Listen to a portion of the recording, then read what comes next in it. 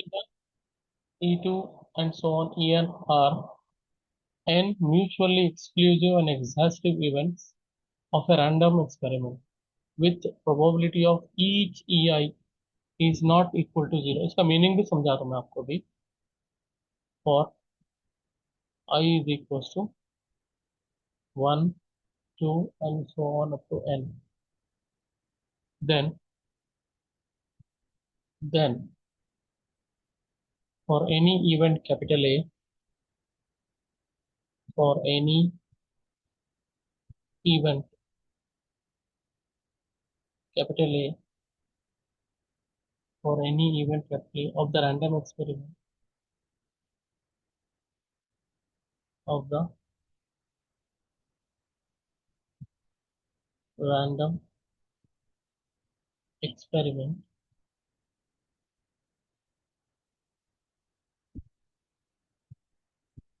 with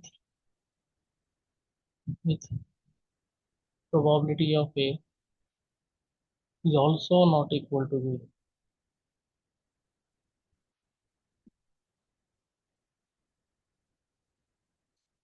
Then we have to prove that probability of EK given A is equal to probability of EK into probability of A given EK divided by summation of I is equals to 1 to n probability of EI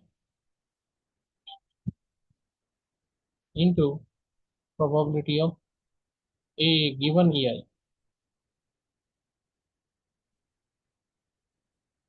And K value is 1, 2, 3 and so on up to n. ये है. अब क्या मतलब है ये theorem का? Suppose that I will try to explain this theorem with the help of some diagrams. Look at that. For example, here we have to take some, like suppose this is a random experiment, capital S. Okay, this is a random experiment, capital S. And इसके अंदर कुछ events है. वो events का क्या है?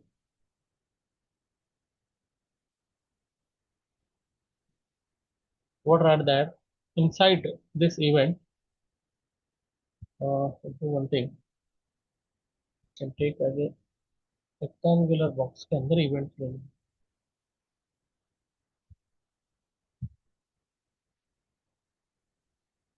के अंदर लेंगे इवेंट्स.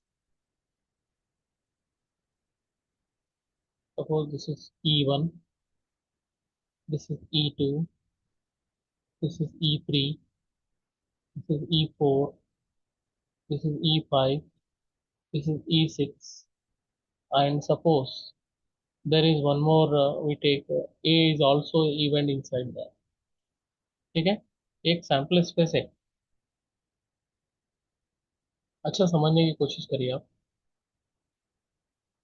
ये एक सैंपल स्पेस S है. ठीक है, this is one event E1, ये है E2, suppose this is E3. इस तरह से ये डिफरेंट डिफरेंट इवेंट्स है. E2, E4, E5, K value 1 E1, K value 5 E5, like that. And here this is one more event, A is also there inside S.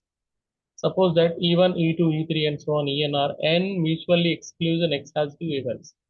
मतलब E1 और intersection और E2 का intersection अगर करें A1 और E2 का, तो वो एम्प्टी सेट आता है. मतलब दोनों इंटरसेक्ट नहीं हो रहे. E2 और E3 भी इंटरसेक्ट नहीं हो रहे. E3 और कोई और इवेंट भी अगर आप इन दोनों का इंटरसेक्शन पार्ट देखें तो वो इंटरसेक्शन पार्ट कुछ भी नहीं आ रहा. और जब इन पूरों को जब अपन यूनियन करेंगे तो ये सैंपल स्पेस कैपिटल एस आ. ये दो पॉइंट्स को आप याद करें तो आसानी से आपका थ्योरम प्रूव हो जाता. तो अब मैं इसको प्रूव कर रहा हूँ, देखिए. तो इसका स्टेटमेंट के बाद अपन इसको लिखेंगे given given probability of each I will be greater than 0। इसका मतलब probability of वन होने की probability more than one is है। मतलब E1 भी उसमें है, E2 भी है, कोई भी probability नेगेटिव नहीं है। Okay, so for I is not equal to J, I is not equal to J, मतलब सपोज अगर I वैल्यू 1 लिए, J वैल्यू अगर आप 2 ले लिए फॉर एग्जाम्पल, तो कोई भी दो सेट्स ले लीजिए आप, I value 1 intersection EJ, J value is 2, इन दोनों का अगर इंटरसेक्शन करें तो वो क्या होता है, वो एम्प्टी सेट, मतलब दोनों कोई भी कहीं भी कॉम्बिनेशन इंटरसेक्टिंग नहीं हो रहे। और अब जब इसका यूनियन करेंगे, union of I is equal to 1 to n EI, then if you get union you will get the sample space, मतलब E1 union E2 union E3 union E4 union, ऐसा पूरा करते जाए तो आपका जो पूरों को कंबाइन करे तो यूनियन, सबका यूनियन करे तो ऐसे चाहता। ये दो पॉइंट्स को अच्छे से आप याद रख लीजिए, सो इजीली आप उसको प्रूव कर सकते। देखिए आप, नाउ लुक एट दैट, ए क्या है यहाँ पर, ये कैपिटल ए क्या है, ये सबसेट और इक्वल टू कैपिटल एस है। मतलब सबसेट का मतलब एक पार्ट है, कैपिटल एस का एक पार्ट है, ठीक है। तो this A can be written as, this implies this A can be written as A intersection S. लिख सकते क्या नहीं लिख सकते बोलिए आप। मैं आपको समझने के लिए एक एग्जांपल बता रहा हूँ, ये जो 10 क्लास में इंटरसेक्शन के कॉम्बिनेशन को आप पढ़े होंगे, एग्जांपल है ये खाली। Suppose S is equal to, बहुत बड़ा सेट लेंगे, 1 2 3 4 5 6 7 8, ओके, ए एक सैंपल सेट लेंगे, for example 1 2 3, can be say that A is a subset of S. Yes definitely we can say ना, सबसेट है ना, एक आधा पार्ट है ना उसका। और आप इन दोनों का इंटरसेक्शन कर लीजिए आप, एस और ए का इंटरसेक्शन करें तो आपको आंसर क्या आता है, ए ही आता, ठीक है। This is equal to A as it is, ये इंटरसेक्शन भी एज इट इज, एस की वैल्यू यहाँ पर है, देखिए यहाँ पर लिख देंगे बस, union of I is equal to 1 to n EI। सिर्फ क्या करा मैं, एस की वैल्यू को रिप्लेस करा। अब ये यूनियन को बाहर निकालेंगे, okay, this union of I is equal to 1 to n, what is left of, we are left with A intersection EI, A intersection EI। एक इसकी वैल्यू आ गई आपको, ए की वैल्यू, तो we use the next page, A is equal to, समझ में आ रहा, A is equal to union of I is equal to 1 to n A intersection EI। Now, once if you apply probability on both sides, union will be changes to summation, taking probability on both sides. Probability of A is equal to, जैसे ही probability apply करेंगे, union will be changes to summation, I is equals to 1 to n, okay, probability of A intersection EI, probability of A की value यहाँ से आपको आ गई है, और एक स्टेप लिखेंगे अपन, probability of A is equals to, this is summation I is equals to 1 to n also as it is। अब यहाँ पर क्या करना है, कंडीशनल प्रोबेबिलिटी का डेफिनेशन अप्लाई करके इसकी वैल्यू निकाल के लाना। देखिए, कंडीशनल प्रोबेबिलिटी जो कल की क्लास में भी अपन करे थे, आपको अगर याद है तो, probability of A given EI की वैल्यू फाइंड आउट करें सपोज, तो क्या होता, by definition of conditional probability, A intersection EI bye probability of EI। बस आपको करना क्या है, इसको क्रॉस मल्टीप्लाई करके ए इंटरसेक्शन EI की प्लेस पे यहाँ पर क्रॉस मल्टीप्लाई करके इसकी वैल्यू को यहाँ पर सब्स्टिट्यूट करना है। तो once if you substitute will get your answer is probability of EI into probability of a given year. This is your first part. We can take this as equation number 1, right? Equation number 1 का part हो गया. Now next, also what I am doing is probability of ek given a, इसकी value by conditional probability से find out करो. How to write probability of ek intersection a by probability of a, which is equal to, अब look at this one, इसका denominator तो अपन probability of ए ही रखेंगे, कुछ भी change नहीं करेंगे, और इसकी वैल्यू ऐसे लाएंगे, फिर कंडीशनल प्रोबेबिलिटी के डेफिनेशन को यूज करके लाएंगे. कैसे निकालेंगे उसकी वैल्यू? फिर वो यही कॉन्सेप्ट यूज करेंगे, probability of A given E के का कॉन्सेप्ट,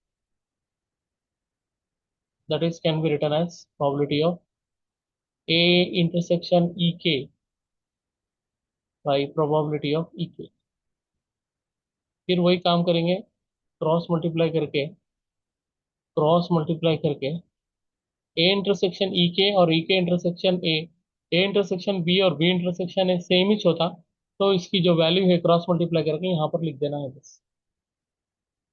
तो if you right it here, you'll get a probability of ek into probability of a given ek, okay, which is also equal to probability of ek given a is equal to, there is a numerator as it is, probability of ek into probability of a given ek by probability of a की value from equation number 1, what we can write, summation I is equals to 1 to n probability of ei into probability of a given ei. ये हो गया आपका theorem proof. देखिए यही proof करना है आपको, प्रीवियस पेज में जाकर देखिए.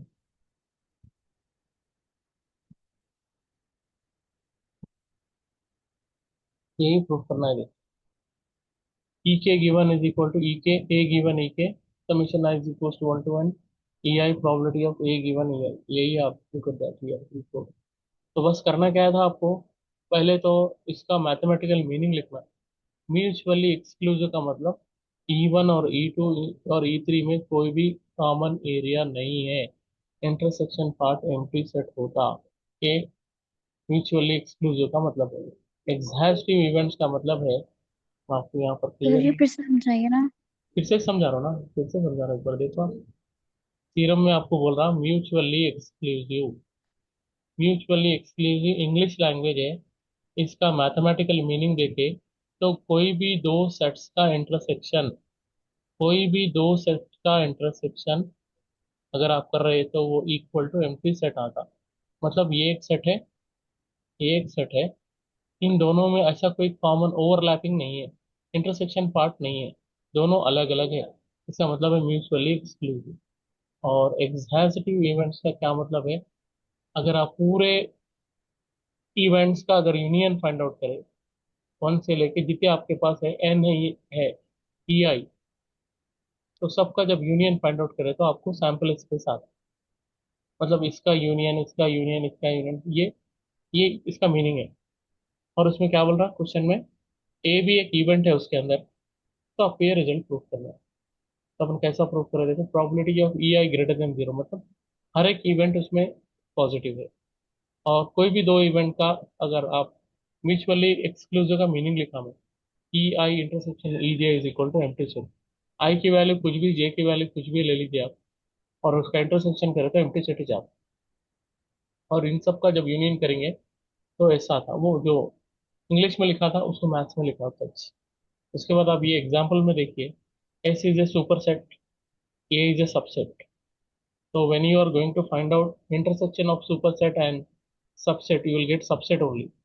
तो A can be written as A intersection as it is रखे, एस की वैल्यू यहाँ से यहाँ ला के सब्स्टिट्यूट करें, उसके बाद यूनियन को बाहर ले जाके ए को इधर अंदर ले गए, उसके बाद जैसे ही प्रोबेबिलिटी अप्लाई करेंगे union will be changes to addition, it means union will be changes to summation. उसके बाद इसकी वैल्यू लाने के लिए क्या करें अपन, ये बाई कंडीशनल प्रोबेबिलिटी का डेफिनेशन, यहाँ पर मैं आपको चाहे तो इधर लिखता हूँ, by conditional conditional probability. Already अपन कई बार कर चुके हैं ये। क्या है कंडीशनल प्रोबेबिलिटी का definition, A given B can be written as probability of A intersection B, okay, divided by probability of B.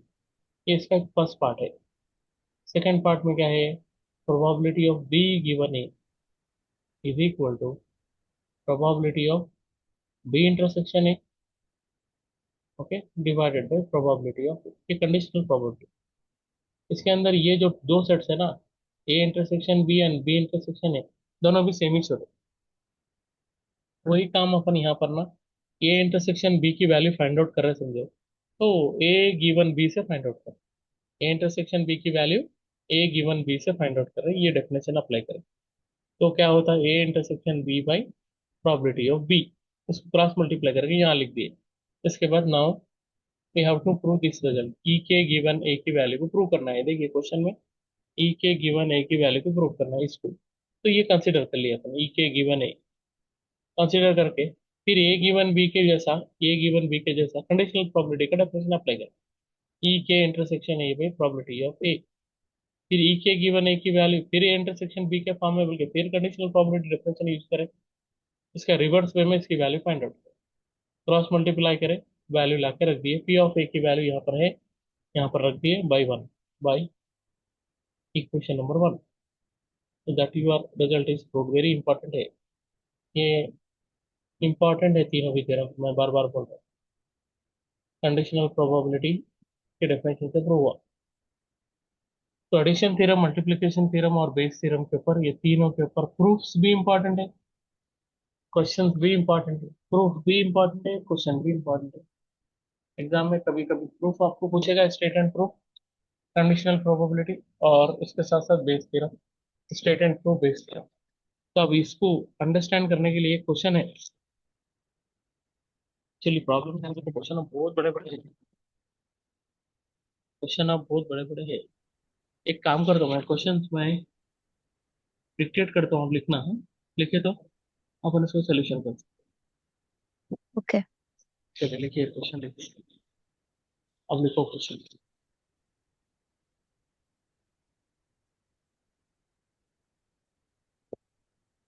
बोलो। Yes sir. Suppose that, suppose that A an urn, you are an urn बोल के लिखिए, suppose that urn B one, नहीं तो आप simple अगर earn समझ में नहीं आया तो बॉक्स बी वन बोल के लिख सकते हैं। Suppose that urn B one contains to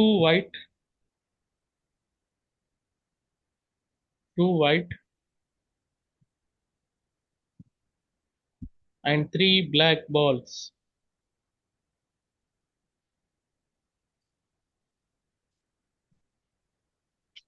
लिख दिए। Suppose yes. That urn b1 contains two white and three black balls and another urn b2 contains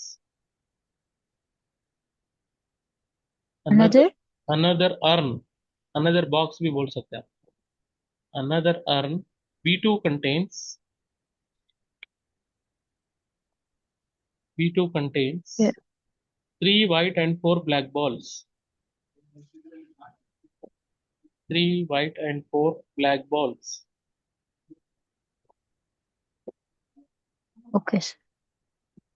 One urn is selected at random, one urn is selected at random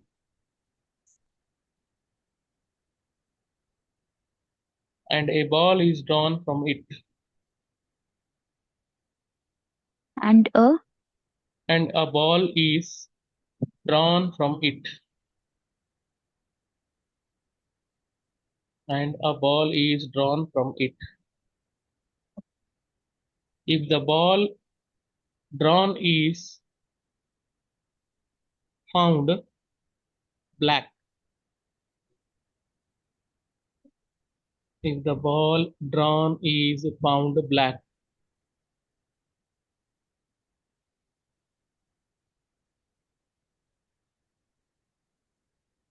if the ball is drawn is found black, find the probability that the urn chosen was B1. The urn chosen was B1. अब मेरे को आप question समझाइए, अगर आप question समझ गए समझ the low. urn Find the probability that the urn chosen chosen was was B1. given. Okay. तो आप क्वेश्चन, मैं पहले आपको इसका मीनिंग क्वेश्चन का समझाता हूँ अच्छे से. सपोज आप एक काम करिए, ये बॉक्स ले लीजिए, एक एक बॉक्स है, एक B1 बॉक्स है, ठीक है ना. एक Okay. B2 एक बॉक्स है. इसमें बॉल्स का कैसा है, contains 2 white 3 black balls. 2 white है और 3 क्या है, 3 black बॉल्स, 3 black. ठीक है. और B2 contains four Yeah. Black 4 black balls है और 3 क्या है, 3 3 white. White balls. यानी कि B1 में टोटल कितने बॉल्स है, B1 में कितने टोटल बॉल्स है, P1 में जी हाँ, 5 5. B2 में टोटल कितने बॉल्स है, 7. 7. Very good. अब देखिए, बाय हाइपोथेसिस मतलब गिवन स्टेटमेंट में क्या है, बाय हाइपोथेसिस. अच्छे से समझिए क्वेश्चन. प्रोबेबिलिटी ऑफ, अपने को ना, अच्छा क्वेश्चन पहले समझो आप. एक अर्न में, माने माने P1 अर्न में 2 white बॉल है 3 black बॉल है. B2 अर्न में 3 white बॉल है 4 black बॉल है. ओके, तो क्या कर रहे हैं, रैंडमली कोई एक अर्न को सेलेक्ट कर रहे हैं. ठीक ठीक है ना. One earn is selected at random, randomly मतलब रैंडम में तो समझ रहे हैं ना आप. Yes. चिट्टियां उछालते देखो अपन, रैंडमली एक चिट्ठी चूज करते हैं ना. तो रैंडमली Yeah. एक एक अर्न को सेलेक्ट कर रहे हैं. One earn is selected at random and A ball is drawn from it. उसमें से एक बॉल ड्रॉ कर रहे हैं. ओके, तो बॉल ड्रॉ करते कि आपको कौन सा बॉल मिला, if the ball drawn is Black. Found black, black ball मिला. तो आपने को क्या फाइंड आउट करना है, आपको फाइंड आउट करना है, find the probability that the जो अर्न आप चूज कर रहे थे वो B1 था बोल के चूज कर बताना है. ठीक है ना. Okay. अब अपन क्या करना, ब्लैक बॉल की प्रोबेबिलिटी कितनी हो सकती, कितने हो सकती, टोटल कितने हैं, फर्स्ट टर्न में 5 है. 5. 5. ब्लैक बॉल आना बोलते 3 3 आउट ऑफ 5. सेकंड में 3 out of 5 कैसा सर? टोटल बॉल्स है 5. प्रोबेबिलिटी कैसा फाइंड आउट करते हैं आप, favourable outcome by total outcomes. Total तो 5 है, ब्लैक आने की प्रोबेबिलिटी Okay. कितनी हो सकती है, 3 आउट ऑफ 5, है ना. Okay. यहाँ Yeah. पर भी अब यहाँ पर टोटल क्या होता, टोटल बॉल्स कितने हैं सेकंड सेकंड बॉक्स में, 7. 7 बॉक्स. वेरी गुड, 7 है. तो ब्लैक आने की प्रोबेबिलिटी 4 आउट ऑफ 7. 4. ठीक है ना. ये क्या है, ये probability of B from second one. ठीक है, आपको क्या फाइंड आउट करना है, you have to find out, ball already आ गया है, बॉल आ गया है, वो E1 में से, इसको अपन क्या बोल रहे हैं, अर्न को E1 बोल रहे हैं. एक E1 है इवेंट्स, एक E2 इवेंट्स है. B1 B2 नहीं लिख के E1 E2 लिखा मैं, क्योंकि B/B लिखे तो सही नहीं लिखता ना। तो ये बॉल है, ये E1 का मतलब फर्स्ट रन में से आया सो है, ये बॉल है, यस E2 सर, का समझ मतलब गए। सेकंड रन में से आया। अब आपको क्या करना है, बॉल तो आपको आ गया, ये E1 में से आ रहा बोल के इसकी प्रोबेबिलिटी फाइंड आउट करना है, ये क्वेश्चन मार्क यहाँ डाल देता हूँ। ठीक है, तो अब ऐसे सिचुएशन के प्रॉब्लम को अपन बेस थ्योरम से कर सकते हैं आसानी से। मैं एक बार आपको बेस थ्योरम का जो फाइनल स्टेटमेंट है यहाँ पर लिख देता हूँ, ताकि आपको आसान हो जाए। By Bayes theorem, okay. अभी जो प्रूव करे थे ना, वो फार्मूला बन जाता है यहाँ पर। अब बाय बेस थ्योरम बहुत आसान है, देख लीजिए एक बार। प्रोबेबिलिटी ऑफ, अभी जो प्रूव करे थे, E K given A is equal to probability of E K, okay, into probability of A given E K by summation of I is equals to 1 to n probability of EI into probability of a given EI। अब आप बोलेंगे ये कैसे रखना है, values कैसे रखना। अब देखिए, ये E1 गिवन बी प्रूव करना है आपको, उसी वैल्यू फाइंड आउट करना है। तो यहाँ पर अपने पास ए की प्लेस पे बी आ गया, ये आप अच्छे से समझ लो। ए की प्लेस पे बी आ गया, और ई के की प्लेस पे E1 आ गया, है ना। ओके। बस रख यस। दीजिए, वैल्यूज रख दीजिए, खत्म, आपको आंसर आ जाएगा आसानी से, बताता हूँ मैं। अब देखिए, अब मैं इसमें सब्स्टिट्यूशन कर रहा हूँ, ई के। सब्स्टिट्यूशन कर रहा हूँ, जरा अच्छे से देख लीजिए। प्रोबेबिलिटी ऑफ ई के की प्लेस पे अपने पास है, क्या है, E1 है, और बॉल है अब P is equal to probability of E के की प्लेस पे क्या है, अभी बोला ना मैं आपको, बोलिए। E1। Very good, into probability of A की प्लेस पे बी है, E. Given E1, right, yes. Divided by summation. Summation मतलब ये पूरे पॉसिबिलिटीज, वो क्या क्या हो सकते हैं, इसके समेशन को ओपन करें अपन, आई इज इक्वल टू 1 दिए, तो E1 ए गिवन E1 आता। अब तो इसको आप एक्सपेंड करेंगे समेशन को, तो first value you will get here is probability of E1 into probability of A की वैल्यू अपने पास बी है, देखिए याद रख लीजिए, हाँ, यस, करेक्ट है। यहाँ आएगा E1, दो चयन अपने पास अर्न्स, तो दो बार ही आएगा वो, probability yes of sir. E2 okay. Into probability of B given E2, खत्म, वैल्यूज रख दीजिए, आंसर आ जाएगा। ऐसे क्वेश्चंस अपन खाली दो बॉक्स के करें, तीन बॉक्स के भी आते एग्जाम। अब वैल्यूज रखिए, आंसर आ जाएगा। E1, E1 मतलब, अच्छा कितने टोटल प्रोबेबिलिटी ऑफ E1 कैसा फाइंड आउट करेंगे आप, प्रोबेबिलिटी ऑफ E1 कितने कितने अर्न्स है अपने पास, कितने अर्न्स है, दो अर्न्स है ना, दो बॉक्सेस है ना, अर्न्स, B1 और B2 दो अर्न्स है ना अपने पास। हेलो, कितने बॉक्सेस है अपने पास, सिर्फ दो ही है ना। Hello, hello. हाँ, अपने पास यस कितने सर। अर्न्स है, टोटल कितने अर्न्स है, दो ही अर्न्स है ना, टू। एक या। चूज करना है रैंडमली। तो प्रोबेबिलिटी ऑफ E1 1/2 आता, प्रोबेबिलिटी ऑफ E2 भी 1/2 चाहता, यानी कि टोटल दो अर्न है, एक चूज करना है। E2 आने की प्रोबेबिलिटी भी 1/2 होती, E1 आने की प्रोबेबिलिटी भी 1/2 होती, बस वैल्यूज यहाँ रख दीजिए। ये हो गया 1/2, बी गिवन E1 की वैल्यू एग्जाम में यहाँ पर है 3/5 by by E1 1/2, be given E1 is 3/5 plus E2 1/2 into be given E2 की वैल्यू है 4/7। ठीक है, जस्ट सिंप्लीफाई कर लीजिए आप, 1/2 into 3/5 divided by, take 1/2 common, take 1/2 common, you will get 3/5 plus 4/7, ये 1/2 से ये 1/2 तो कैंसिल हो जाएगा। दिस इज 3/5 डिवाइडेड बाई, इसको कैलकुलेट करके बोलो कैलकुलेटर से, कितना हो रहा है 3/5 प्लस 4/7, जल्दी बोलिए। डेसिमल में नहीं, फ्रैक्शन में बोलिए।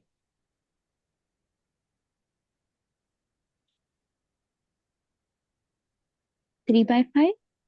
3/5 plus 4/7।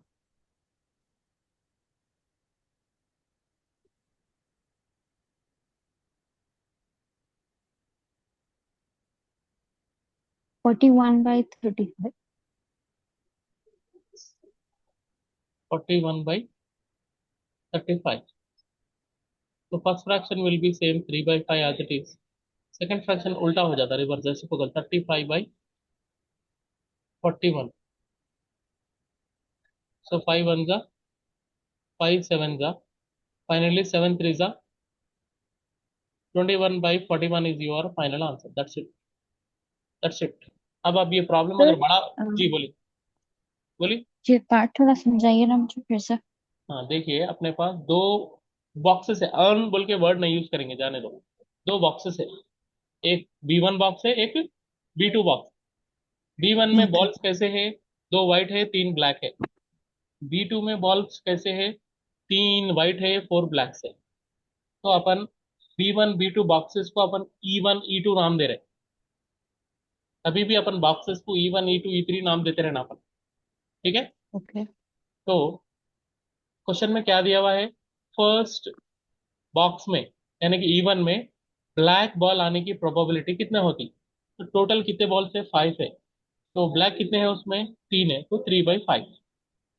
Total balls second box में कितने हैं? 7 है। ब्लैक आने की प्रोबेबिलिटी कितनी होती? 4/7। प्रोबेबिलिटी का फॉर्मूला आपको पहले याद रखना, favourable outcome by total outcomes.